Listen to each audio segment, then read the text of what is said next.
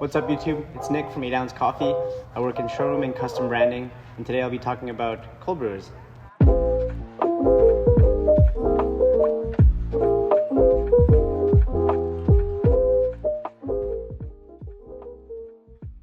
So today's video is about the three specific cold brewers.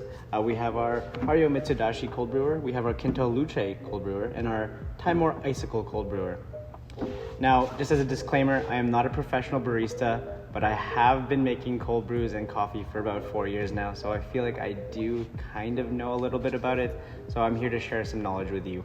For today, we're going to talk about a few things here. I'm going to compare cold brews in general with iced coffees. We're going to go through some general cold brew notes. Then we're going to go through the specific products, how we use them to brew some actual coffee, and then we're going to go through some of my thoughts and kind of decide which one's best for you. Okay, so let's talk about cold brewing versus iced coffee.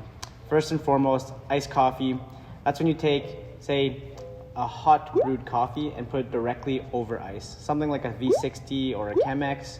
Now, that typically creates an acidic, still flavorful and crisp coffee profile. But whereas the cold brew itself is brewed over a longer period of time in a room temperature setting or even in the fridge. Our iced coffee typically takes about 2 to 4 minutes to do, so it is quick and easy to clean up, whereas a cold brew takes sometimes overnight, maybe up to 12 hours, maybe longer depending on how you like it. In terms of flavor, the iced coffee is, like I said, crisp, acidic, very still flavorful and refreshing, whereas the cold brew itself is a little more rounded in flavor. You still maintain the sweetness and the fruitiness of a coffee, but it is definitely a lot more subtle and I'd say easier to drink for most people. So general cold brew notes, cold brews doesn't necessarily have to be done in a cold environment. We can do cold brews on a counter. Personally, when I do a cold brew, I'll do a 14-hour cold brew just sitting on my kitchen counter. I know some people that do it in the fridge, and it really is that comes down to a convenience thing for you. If you need your coffee right away in the morning and you need it to be cold, you can just leave it in the fridge so that way it's ready for you when you wake up. Or if you have some time, you can brew it on the countertop and then put it in the fridge afterwards. If you decide to brew it in a fridge, it will take a little bit longer to extract because a cold environment does slow down extraction time in general. Whereas if you leave it in room temperature, it is a little bit faster. Okay, let's break down these products specifically. So with the Hario, let's talk about capacities. This is a 600 milliliter container here. It does come in the 1 liter option. This one is the mini. So 600 milliliters. Kinto Luce comes in at a 1 liter capacity, and the Timor comes in at a 600 milliliter capacity.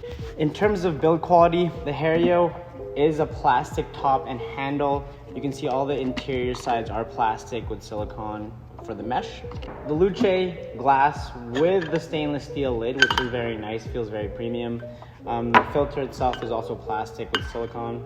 And the Timor Icicle, stainless steel on top with a silicone gasket on the inside. Plastic kind of screw-on lid with the same similar filter setup with the mesh. Now, it is glass on the outside, it is frosted, and it does look a little nicer in that sense. Keeps it looking cold.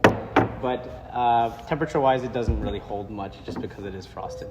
Pricing-wise, the Hario comes in at a 45 Canadian dollars, whereas the Kinto comes at an 85 and the Timor at a 45.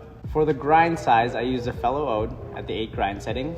Now, it's not super important as to how close you are with the grinds itself, because it is a full immersion brew. All the grounds are going to be covered in water anyways, so really if you're a little bit bigger or smaller, it's not going to make too big of a difference here. Now, the recipes we decide to choose to brew the coffee are strictly from the companies themselves.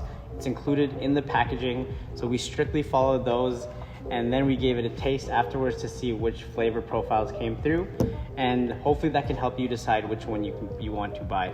So for the Hario, this was the most concentrated version of the coffee here. This was a 1:13 ratio, whereas the Kinto was a 1:17 and the Timor was a 1:20. So from this side to this side, stronger to less strong.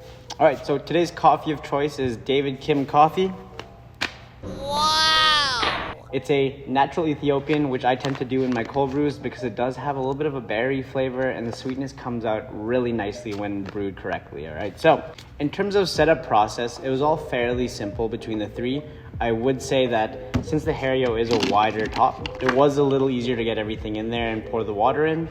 Whereas I did have to slow down my pours when pouring into these other two cold brewers, so I had to gradually add water. But not to say that it's bad, it is still very easy to do. But overall, I would say ease of use in the setup would go to the Hario. Boom, boom, boom, boom. My favorite part about the Kinto and the Time War pieces is that they do have that top filter, which does allow you to push your coffee grounds into the water throughout the whole extraction process. So a lot of the times when I started off making cold brews, I found that my coffee would rise to the top, and a lot of that coffee, those grounds would not get extracted as thoroughly as the ones that were sitting in the bottom. So this is a nice addition. On top of that, the Time War has a gasket that closes fully, so we can actually store these sideways in the fridge if needed, or take it on the go, in your backpack, and you don't have to worry about any spills. All right, so let's talk about the flavor. Now, in terms of the ratio, like I said, the Hario is a much stronger coffee, so I expect this to be a little more bold and sharp. And the Time War Icicle, that was the biggest ratio, so I'd expect this one to be a little more subtle and easy drinking. All right, so in terms of flavor differences, I found with the Hario, it was much more bold. It had a crisp acidity, but it was a very sharp flavor. For those just getting into the coffee game, it would be a little strong. For the Kinto, I found that it got a lot sweeter. It was a big jump from the ratio, so it was a lot sweeter. You could actually start to taste a little more berry notes in this coffee. It was a lot more subtle, but still a very good, good strength to it. So a nice middle ground, whereas the Icicle itself, very similar to the Kinto, but I would say less bold, even more approachable for someone who doesn't normally drink coffee. I would even go as far to say as it was almost juice-like in quality. So let's talk about which one you should get. If you're looking for ease of use, my recommendation would be the Hario Mitsudashi. One, like I said, wide mouth opening, very easy to pour, and my favorite part, the bottom of this filter actually unscrews, so it's a very easy cleanup. Overall, it took me maybe 2 minutes to get all the grounds out and to clean it and dry it. Very fast process. If you're looking for an easy drinking and light coffee, I would recommend the Icicle. If you follow the ratios given to you in the instructions, it does come out very, very easy drinking. It also is a very nice looking bottle with a frosted glass. If you're looking for something with very nice build quality and a stainless steel finish, the Kinto Luce is great, and the filter itself is very sturdy. I feel like this one would last the longest for you. Because the filter is covered in the plastic here, it is more durable than the other two filters, so I feel like this would last a little longer as compared. Well, that wraps things up. Thanks for watching. I hope you learned a few things along the way. Make sure you tune in to 8 Ounce's YouTube page. We are posting all the time here. Like, subscribe, and happy brewing.